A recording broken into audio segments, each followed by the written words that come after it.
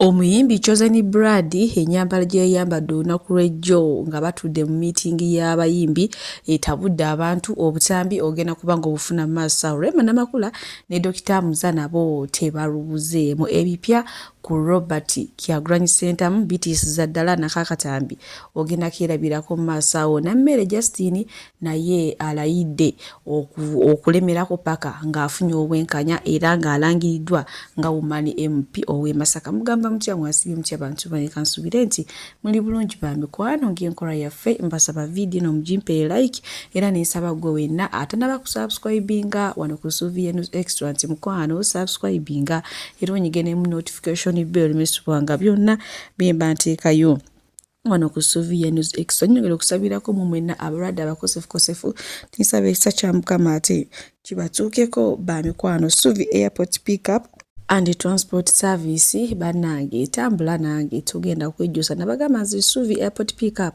and Transport Service siseererako ddala ate saawa zonna zonkubiriddemu nze mbeera available. Munange sigenda kulwisa era nga nkutandise ne Nammere Justin ono nga yali yesimbawo e Masaka eyo ku bwemupi naye ebintu ebyavayo tebyali birungi nga kiraga nti yali yesimbawo ku bwemupi ow'ekibiina kya Nuupu ng'amuwangudde. Nammere n'agamba Lida temugenda kunziba bwe mutyo nze nina atiisiko tugende mu kooti naye olunaku lwayira akoze akatambi nga wamma ng'alaga essuubi nti era essaawa zonna bagenda mulangirira.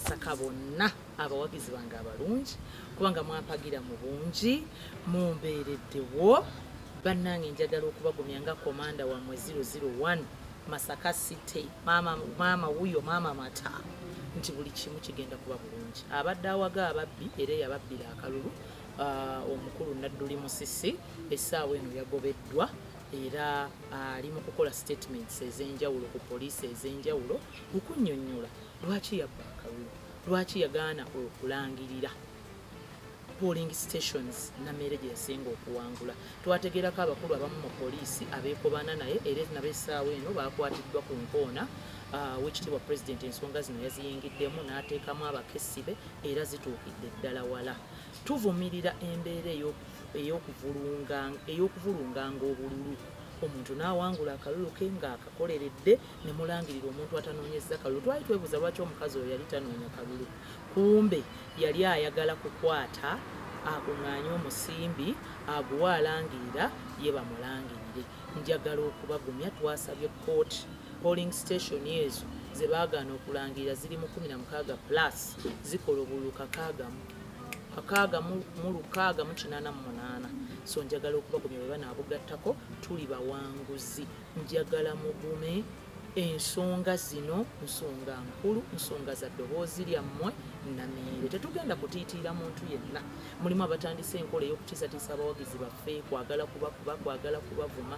Bw'atyo Nammere bw'akakasizza era essaawa zonna mugenda kuwulira ng'ate bamulangiridde kuba ye ayina evidence nti obululu bwe gye baasinga omuwa obululu tebaalangayo. Omukazi atobye n'abantu be, abantu bamwagala n'ekyamugya enviiri ku mutwe ate ku lasti nga balangiridde muntu mulala naye agambye agenda kukola kyonna ekisoboka. Munnange bwe nkuzaako ene wa Rema Namakula wamu ne Dr. Muza bannange teweesubiranga wa musajja olaba ng'omusajja takubalaamu valiyo tambula genda ewala sooka olaba Rema Namakula ne Dr. Muza bannange bayina enneeyagala gye beeyagalamu lwakuba ennaku zino laavu yaabwe baagijja ku social media kuba uli abantu omugambo gwali guyitiridde so akatambi ke bateekayo kaba keeko bannange ate binyuma nga sayidi zombi mweyagala omukazi ng'akwagala nga n'omusajja akwagala. Suvi Airport Pickup and Transport Service bakasitoma baffe abalungi nyongera okubajjukiza nti emiwendo gyo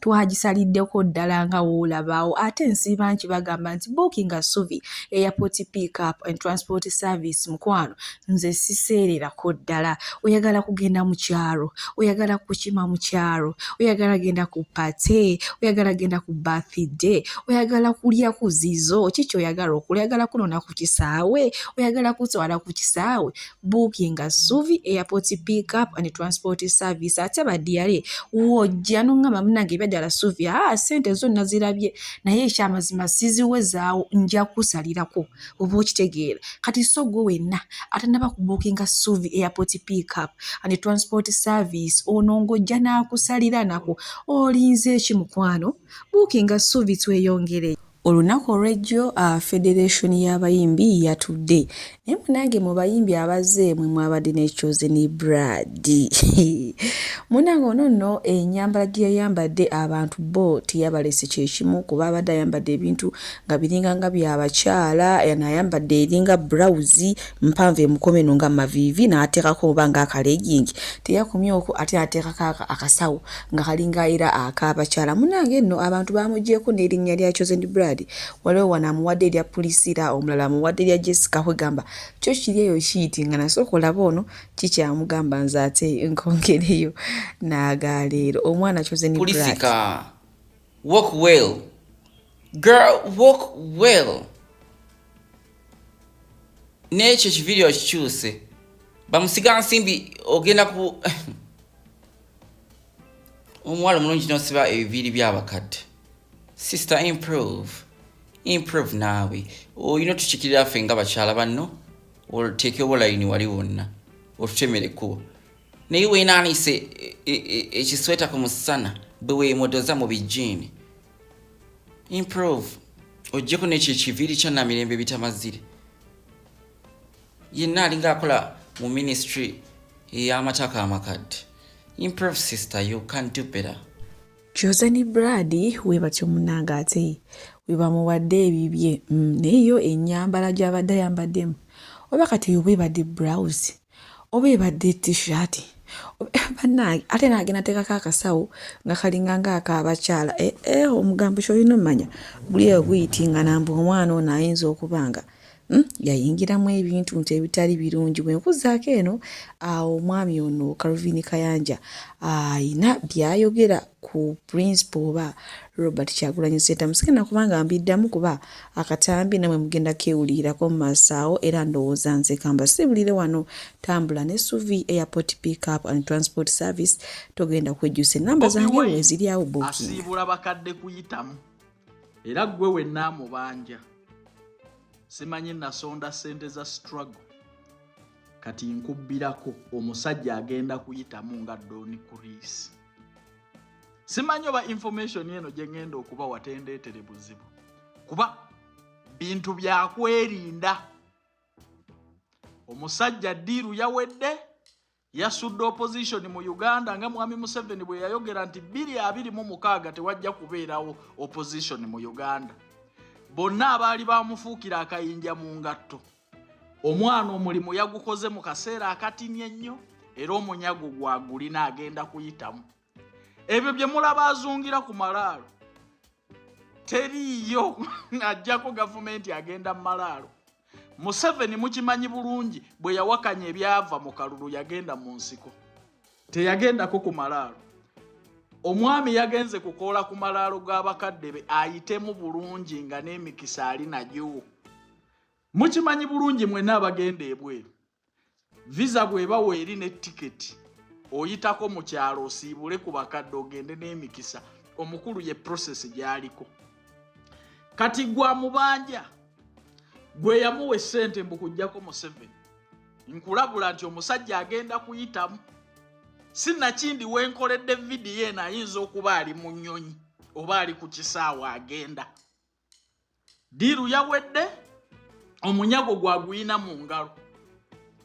Omupiira gwa Mwami Museveni yagusambye n'amugondeza ebyobufuzi mu Uganda era Mwami Museveni mugenda kumulaba ng'ameze n'olubuto.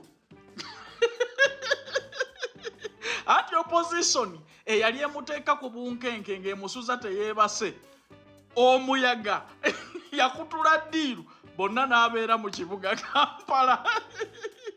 Lukwago mye Semujumye Bampuga mye bonna Buganda be yasetinga bagizannyira emipiira. Oyo mwana yali agenda nakuba Kabaka ekigo ku ssente ze baamuwa yali agenda nakuba Kabaka ekigo. Kati yamaze omulimu era omusimbi gwe baŋŋambye essaawa yonna agenda kugulira mu Amerika. abalungi abatuwuliriza era abatulaba olunaku olwaleero tukyaddeko ewa Sheikh Ashraf Dembe. Sebo nsanyusa okubalaba. Amannya agange Yeze Sheikh Ashraf Dembe akola ku bizibu by'enjawulo. Omuntu singa aba alina ebirwadde tumusomereddwa, tumuwa amazzi ga lukuya nga bw'obadde ogalaba, tugenda abantu ku kyoto ne twokya emizimu emibi egibabaamu n'okulomba edduwa. Abantu singa abeera ng'ali wano atuuse sobola okumulombera edduwa, ne waba atatuuse nga mpadde amannya ge naye ng'ali wala. Neetaase ennamba yange yeeno eri 0701763711. Nammwe bannyinaffe abali ebweru oyagala okuba nti oyagala okulombera ku dduwa ng'olina ebizibu, viza zibuze, amaka gakolongotana, sente zikola zimpita mu ngalo, ojja kumpeereza ekifaananyi kyo n'amannya go, ebyo byokka bijja kummala. Nja kukulombera edduwa, ojja kutereera. Olunaku olusembayo mu mwezi mba n'edduwa ey'awamu ffenna n'abalwadde bange abakadde n'abapya. Salaamu alaikum warahmatullahi wabarakatuh.